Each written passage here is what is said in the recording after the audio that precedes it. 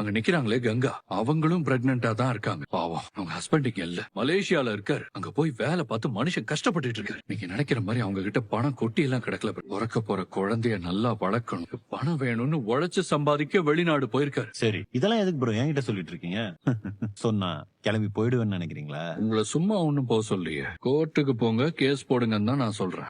நீங்க அதை செய்யுங்க, கோர்ட்ல போய் ப்ரூவ் பண்ணுங்க. கோர்ட் என்ன சொல்லுதோ அதை நாங்க கேக்குறோம். இதுக்கு மேல என்ன வேணும் உங்களுக்கு? ஒருவேளை இங்க தங்கி இந்த கேஸ் நடத்துறதுக்கு உங்கள்ட்ட காசு இல்லைன்னா அதுக்கான காசை நான் உங்களுக்கு கொடுக்கறேன். எவ்வளவு வேணாலும் கேளுங்க, நான் கொடுக்கறேன். ஆனா அது வரைக்கும் we need peace of mind. தொல்லை பண்ணாம இருந்தீங்கன்னா சந்தோஷம். அதெல்லாம் முடியாது. சிவில் கேஸ் எத்தனை வருஷம் இழுப்பாங்கன்னு எனக்கு தெரியாதா? யோ, தெரிஞ்சதுன்னா நீங்க கோர்ட்ல ஸ்டே ஆர்டர் வாங்குனீங்க. நான் அன்னைக்கு இப்படி பண்ணலன்னா நீங்க அந்த வீட்டை உங்க ஒய்ஃப் பேருக்கு மாத்திருப்பீங்க.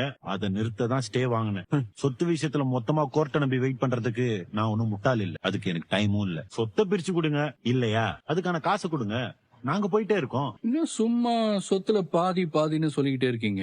இருக்கிறது அந்த வீடு ஒண்ணுதான், அதுல என்ன பாதி பாதின்னு பேசிட்டு இருக்கீங்க?